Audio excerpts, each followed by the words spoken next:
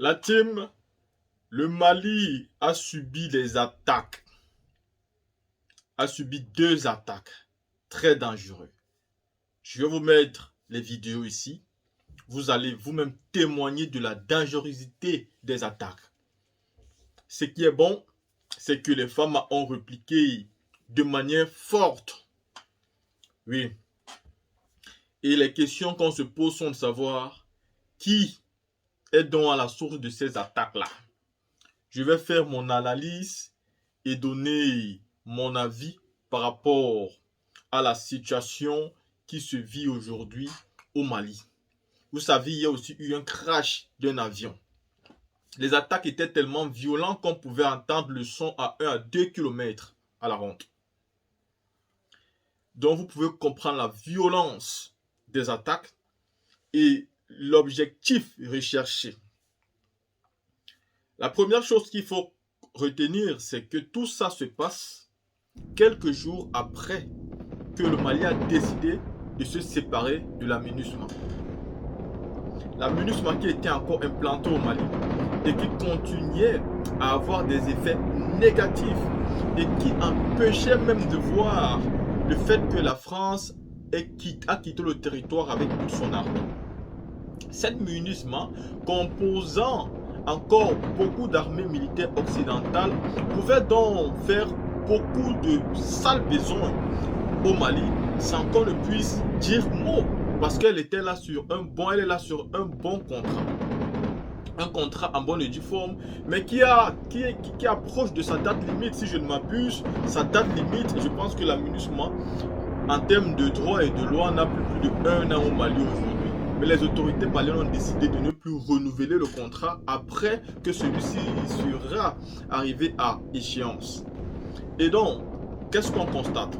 On constate qu'après les décisions du gouvernement malien de se séparer d'eux après leur échéance de contrat, et que le gouvernement malien a clairement dit qu'ils n'en ont plus besoin et qu'ils veulent s'auto-défendre eux-mêmes parce qu'ils en ont les moyens, que tous ceux qui viennent là, derrière des accords pour défendre le Mali, ne peuvent pas faire le bon boulot et que les Maliens sont aptes à eux-mêmes se défendre, surtout qu'ils savent mieux tous les raccourcis du Mali. Ils ont les armes aujourd'hui, ils ont des personnes formées pour, et donc ils veulent se défendre eux-mêmes.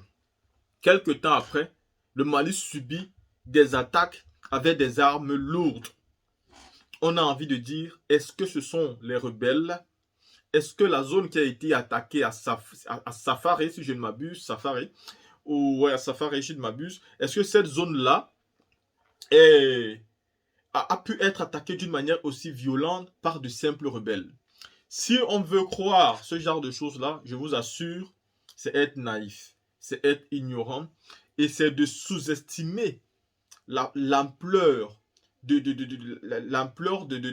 la haine et de la capacité à vouloir détruire le Mali de toutes ces organisations, c'est-à-dire la MINUSMA, Barkhane, toutes ces forces multilatérales qui ont constitué des bataillons pour venir soutenir le Mali. Et pourtant, derrière, ils ne sont pas là pour soutenir le Mali. Dès lors où un véritable gouvernement arrive au pouvoir et veut arracher sa dignité et sa souveraineté, vous allez voir qu'ils seront capables de tout pour que ce pays-là ne retrouve jamais la souveraineté. Et aujourd'hui, si Assimi Goïta se libère de manière définitive de la MINUSMA, je vous assure que le Mali va véritablement avoir droit à la souveraineté. Il restera donc aux Maliens une seule chose pour avoir totalement leur indépendance, ça sera de quitter cette monnaie qui est appelée le franc CFA. Et pour les empêcher, toutes ces organisations-là sont prêtes à tout, même à tuer, même à bombarder, même à détruire, même à mettre le pays en dessous pour que ce pays ne puisse pas être gouverné et pour que d'autres militaires viennent encore faire un coup d'État.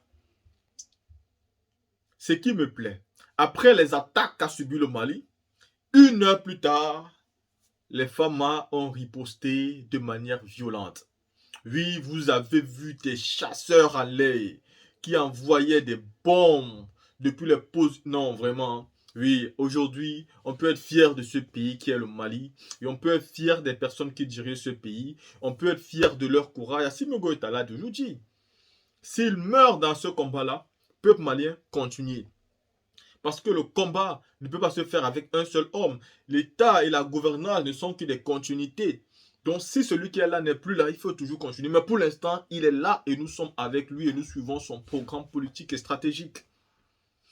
Voilà pourquoi je dis, les attaques que le Mali subit ces temps-ci ne sont pas des attaques hasardeuses. Ce ne sont pas des attaques qu'il faut prendre à la légère ou avec des pincettes. Ce sont des attaques qui sont ciblées et ces personnes-là qui attaquent le Mali sont connues de tous. Seulement, nous ne pouvons pas le dire parce que nous n'avons pas toutes les preuves concrètes à même pour le dire.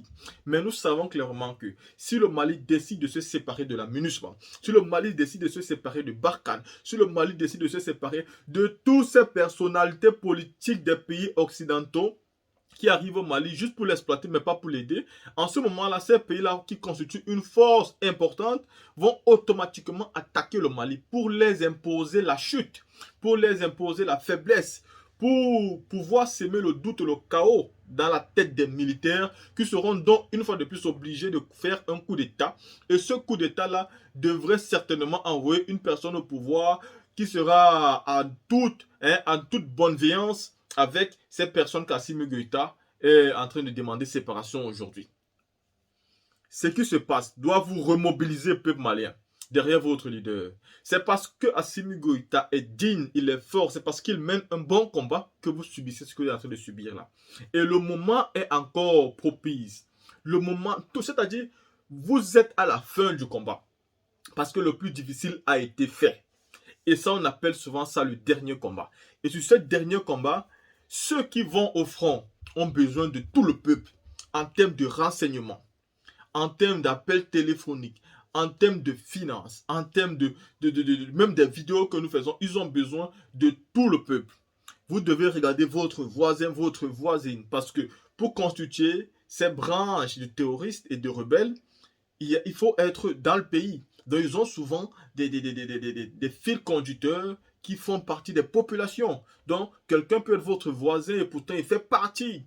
C'est lui qui donne des renseignements, c'est lui qui donne des informations, c'est lui qui donne vos positions. Et donc, il faut regarder tous les voisins et ne pas hésiter une seule seconde d'aller dénoncer à la police si cela arrive. Il faut aider parce que ces personnes ne dormaient pas bien, ils ne dormaient pas assez. Vous savez, le combat que mène aujourd'hui le gouvernement malien, vous pouvez comprendre avec aisance que ces personnes ne dorment pas bien. Vous ne pouvez pas dormir sur vos deux oreilles quand vous savez très bien que vous vous attaquez aux puissances fortes. Vous savez, la France, c'est une forte puissance.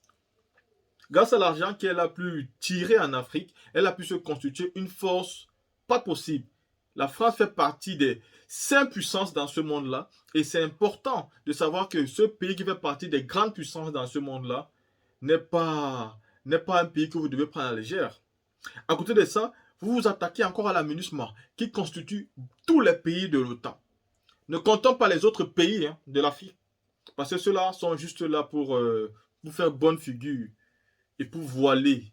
Mais sinon, on sait très bien que la MINUSMA, nous, on s'en fout de ça. Dites-moi donc aujourd'hui, qui attaque le Mali de cette façon? Est-ce que ce sont des rebelles? Est-ce que vous pensez comme moi que la MINUSMA est pour quelque chose? Dites-moi ce que vous pensez en commentaire. Et nous allons faire une seconde vidéo sur ce sujet avec plus d'informations. Si jamais beaucoup de commentaires pensent exactement ce que je pense, que c'est la MINUSMA qui doit être derrière cette attaque.